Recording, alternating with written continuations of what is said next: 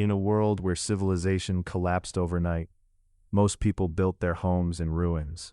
Abandoned stores, crumbling apartments, old vaults sealed shut by a company that never cared if you survived.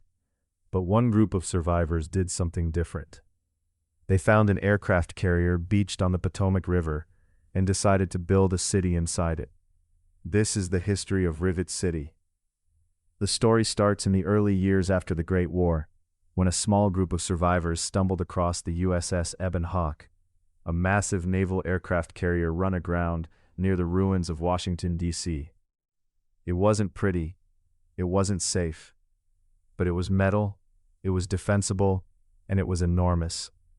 A man named Abraham Washington, no relation to the first president, though he'd probably love you for thinking so, became one of the key early figures in organizing the settlement. Slowly, survivors started moving in. They cleared decks, sealed bulkheads, and turned the rusting carrier into something resembling a home. It wasn't a city yet, but it was a start. As Rivet City grew, so did its tensions. In its early years, a group of settlers disagreed with the direction the settlement was heading. They wanted something different, a fresh start built from scratch, not inherited from a warship. So they left. They called themselves the Rivet City Founders and set out to build a new settlement nearby. It was supposed to be a symbol of hope, a new beginning. It didn't work out. The group fell apart, some died, some came back. The settlement they tried to build never materialized into anything lasting, and Rivet City, the place they left behind, kept growing without them. It's one of the quiet tragedies hidden in the background of Fallout 3, a reminder that even in a story about rebuilding, not every attempt succeeds. By the time the events of Fallout 3 take place, Rivet City has become something remarkable. It has a market, a bar, a science lab, a security force, a functioning economy with traders coming in from across the Wasteland. It even has a historian, Bannon, running his own little corner of commerce, and a dedicated research team working on one of the most ambitious scientific projects in the entire capital Wasteland. That project is called Project Purity, a plan to clean the Potomac River and give clean drinking water to everyone in the region. The kind of thing that sounds impossible in a world like this.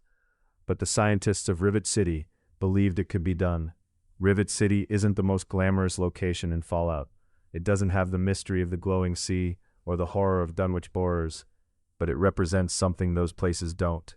It represents what happens when people choose to build instead of just survive, when they take something broken and rusting and turn it into a community.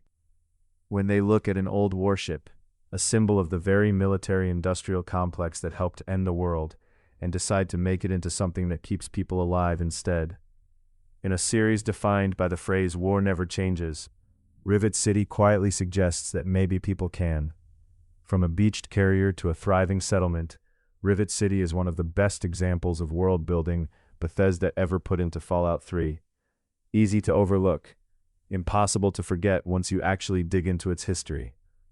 If you want more Fallout lore breakdowns like this, subscribe and let me know what location or faction you want next. See you in the Wasteland.